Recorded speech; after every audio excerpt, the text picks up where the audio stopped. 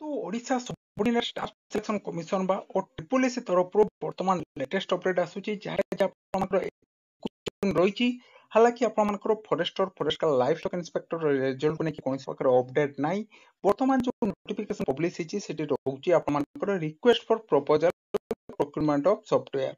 तो प्रायतः एटा आपनकर जो अपकमिंग एग्जामिनेशन रही सेगुड़िक सीबीटी माध्यम नहीं बोधे बीट प्रोसेस जो रही से रिगार्डिंग नोटिफिकेशन एटा होते पारे।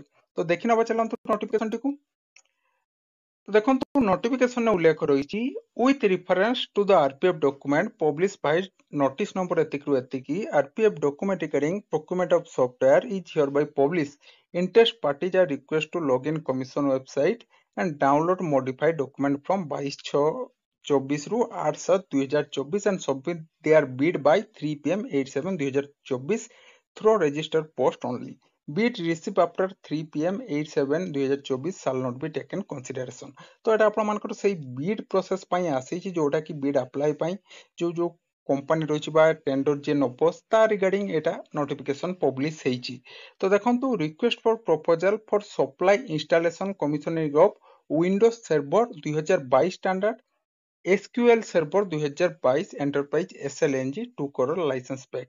तो ये सब रोचे आपनकर सीबीटी माध्यम जतरा परीक्षा हुए ये सब जिनस आपनकर दरकार पड़े हुए तो ओ ट्रिपल एस जो अपकमिंग एग्जामिनेशन गुड़िक रोचे आपनकर combined requirement examination MPH worker जोटा रोचे मेल कैंडिडेट ता सहित आपनकर आरआई एआरआई अमीन एसएफएस এই সবর जो प्रथम पर्याय प्रिलिमिनारी एग्जामिनेशन हम हुए तो आपनकर सीबीटी माध्यम यार परीक्षा हो पार से रिगार्डिंग वर्तमान ये नोटिफिकेशन पब्लिश होती जोटे कि आपनकर बीड रो लास्ट डेट मध्य उल्लेख रही जोटा कि रोचे 8/7 जुलाई बीड रो लास्ट डेट रोचे आपनकर टेंडर फाइनल है प्राय आपनकर एग्जामिनेशन जो रही ट्रिपल रो अपकमिंग एग्जामिनेशन सेगुड़िक आपनकर सीबीटी माध्यम हो पारे।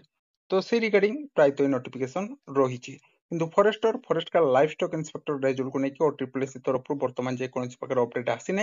हालांकि आपण को आगामी किसी दिन मध्य फॉरेस्टर फॉरेस्ट का लाइफ स्टॉक इंस्पेक्टर रेजल्ट देखा मिलो ता सहित आरआई एआरआई अमीन एसएफएस जो मैंने प्रिपरेशन करुँच प्रिपरेशन करूँ कारण जेकोसी मुहूर्त आपंकर एग्जाम डेट आसीपे और पॉसिबिलिटी रही आपंकर एग्जामिनेशन टी सीबीटी माध्यम हो पारे। तेणु ओवरऑल आपने संपूर्ण भाव निजक प्रस्तुति रखु फिजिकाल हो कि अपनकर अपकमिंग एग्जामिनेशन ओवरऑल प्रिपेयर रुहतु आपने।